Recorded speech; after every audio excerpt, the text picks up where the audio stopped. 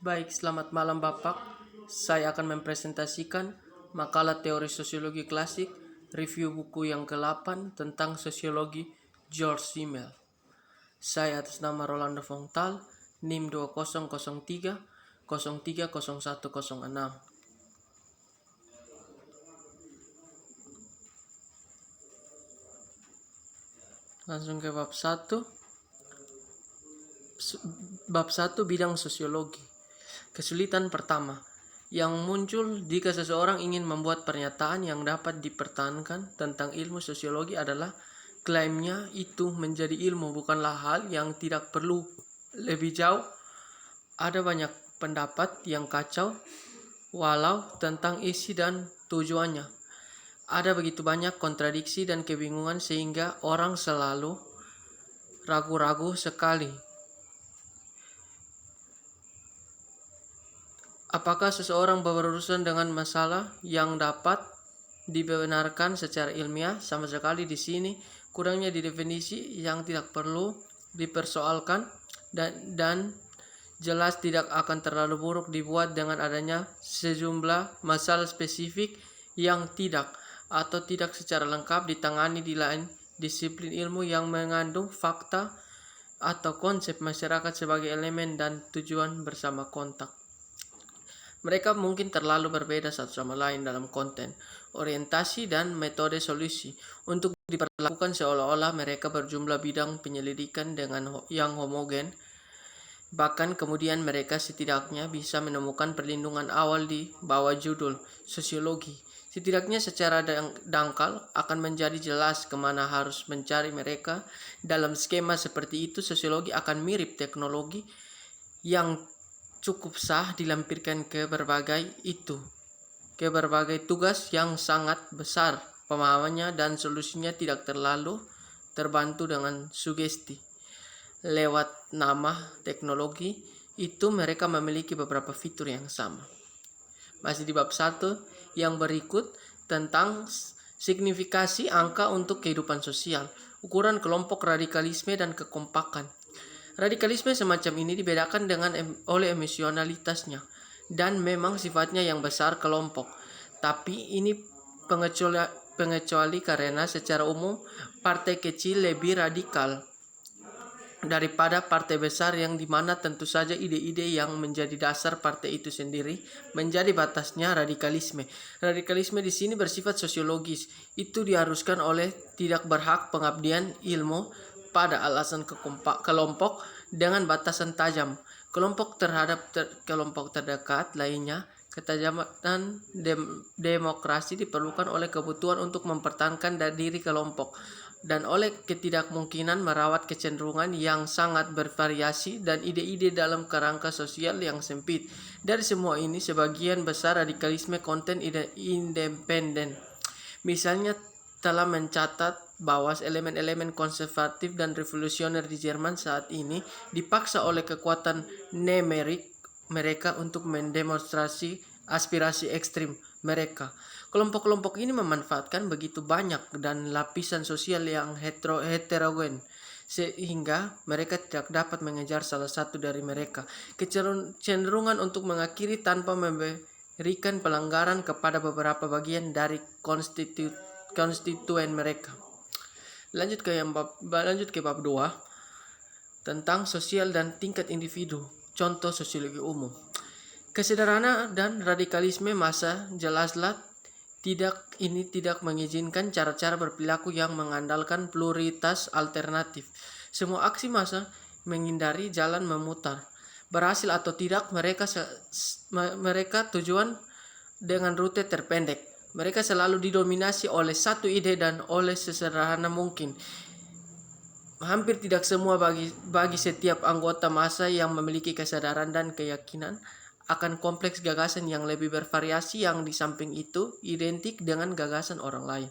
Mengingat kondisi kompleks di mana kita hidup, ide apapun berusaha untuk mendapatkan pengandutnya harus radikal dan harus mengabaikan banyak sekali klaim yang dengannya atau bisa jadi dihadapkan dengan demikian dapat dipahami bahwa pada umumnya dalam masa aktivasi massa partai-partai radikal ya harus kuat, dan pihak penengah yang bersikeras di sisi kanan kedua belah pihak harus lemah. Sangat lekas dari perbedaan antara temperamen Yunani dan Romawi. Berbagai warga Yunani memilih sebagai massa bersatu di bawah pengaruh langsung dari orator, sementara orang Romawi memberikan suara dengan kelompok yang telah ditetapkan sebelumnya. Centurion Team, Tribun Team, dan lain-lain, yang dalam arti tertentu berfungsi sebagai individu. Dengan demikian kami memahami karakteristik relatif ketenangan dan kewajaran keputusan Romawi, dan keteguhan hati serta hasrat yang begitu sering menanda orang Yunani. Masih di bab 2, yang berikut tentang penentuan kuantitatif divisi grup dan grup tertentu. Yang pertama, perkenalan. Jelas pemberitahuan. Kelompok besar dan kecil adalah sebutan ilmiah yang sangat kasar, tidak pasti dan tidak jelas. Mereka sebenarnya berguna hanya sebagai saran bahwa bentuk sosiologis kelompok itu bergantung atas asfiel kuantitatifnya. Tetapi mereka tidak cukup untuk menunjukkan hubungan yang nyata di antara keduanya dengan cara yang lebih tepat, namun mungkin tidak selalu mustahil untuk menentukan hubungan ini lebih tepatnya. Yang pasti selama masa mendatang dalam perkembangan kita, pengetahuan akan menjadi perusahaan yang sangat fantastis jika kita ingin mengekspresikan informasi dan hubungan sejauh ini dibahas dalam nilai numerik yang tepat. Masih di bab 2 yang kedua, subbagian yang sama secara numerik. Nomor tersebut beroperasi sebagai prinsip klasifikasi dalam grup. Artinya, bagian dari kelompok yang dibentuk melalui fungsi pencerahan sebagai unit relatif pada poin ini. Saya hanya menekankan ini prinsip umum.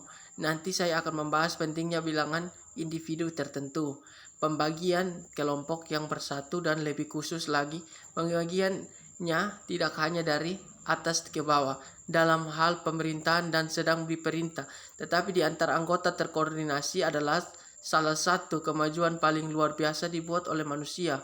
Ini adalah struktur anatomi yang membentuk dasar dari organik yang lebih tinggi dan proses sosial. Klasifikasi dapat berasal dari keturunan, atau dari asosiasi berdasarkan janji sukarela, atau dari identitas pekerjaan, atau dari pengelompokan berdasarkan distrik lokal. Semua ini prinsip klasifikasi digabungkan dengan prinsip kuantitatif massa manusia yang ada atau keluarga dibagi dengan angka tertentu, dan dengan demikian menghasilkan pembagian yang sama secara numerik untuk masing-masing mereka. Keseluruhan memiliki hubungan yang kira-kira sama karena setiap subdivisi memiliki komponen individu.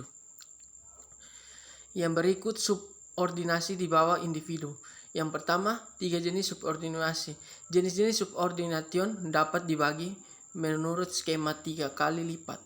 Ini adalah dangkal tetapi nyaman untuk diskusi kita. Subordinasi dapat dilakukan oleh seorang individu, oleh kelompok, atau dengan kekuatan objektif, sosial, dan ideal. Sekarang saya akan membahas beberapa sosiologis implikasi dari kemungkinan ini. Yang kedua, jenis subordinasi di bawah individu. Subordinasi adalah suatu kelompok di bawah satu orang menghasilkan di atas segalanya, yang dalam menyatukan yang sangat menentukan grup. Penyatuan ini hampir sama jelasnya dengan dalam kedua bentuk karakteristik ini. Subordinasi pertama, kelompok membentuk unit dalam sebenarnya bersama dengan kepalanya penguasa, memimpin kekuatan kelompok ke arah mereka sendiri, mempromosikan dan menggabungkan mereka. Subordinasi oleh karena itu di sini benar-benar hanya berarti bahwa kemauan kelompok telah menemukan ekspresi atau tubuh kesatuan. Kedua, file kelompok merasa dirinya berlawanan dengan kepalanya dan membentuk sebuah partai melawan dia. Masih di bab 2 yang berikut, kesetiaan dan syukur. Kesetiaan adalah salah satu cara perilaku yang sangat umum menjadi penting dalam semua interaksi di antara pria. Tidak peduli betapa berbedanya mereka secara material atau sosiologis. Dalam subordinasi bawahan, koordinasi dalam permusuhan kolektif terhadap pihak ketiga, seperti dalam persahabatan kolektif, dalam keluarga, dan dalam hal negara, dalam cinta, serta semua dalam hubungan seseorang dengan kelompok. Pekerjaannya dalam semua ini struktur diperiksa murni dalam konstelasi sosiologi mereka. Kesetiaan dan kebalikan menjadi penting, tetapi kesetiaan penting sebagai bentuk sosiologis dan urutan kedua bagaimana adanya sebagai instrumen hubungan yang sudah ada dan bertahan. Dalam bentuk umumnya, hubungan antara kesetiaan dan bentuk sosiologis yang didukungnya dalam arti tertentu seperti hubungan antara bentuk-bentuk ini dan isi materi serta motif kehidupan sosial. Yang berikut bab 3 keramaan contoh sosiologi murni atau formal.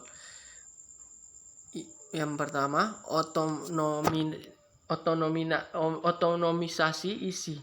Fakta-fakta ini memiliki konsekuensi yang sangat luas atas dasar kondisi praktis dan kebutuhan, kecerdasan, kemauan, kreativitas, dan perasaan.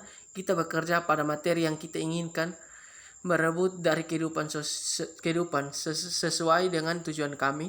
Kami memberikan materi ini bentuk-bentuk tertentu dan hanya dalam format bentuk-bentuk ini bekerja dan menggunakan sebagai elemen kehidupan kita. Tapi kebetulan bahan-bahan ini, kekuatan dan kepentingan ini dengan cara yang aneh melepaskan diri dan pelayanan kehidupan itu awalnya memproduksi dan mempekerjakan mereka.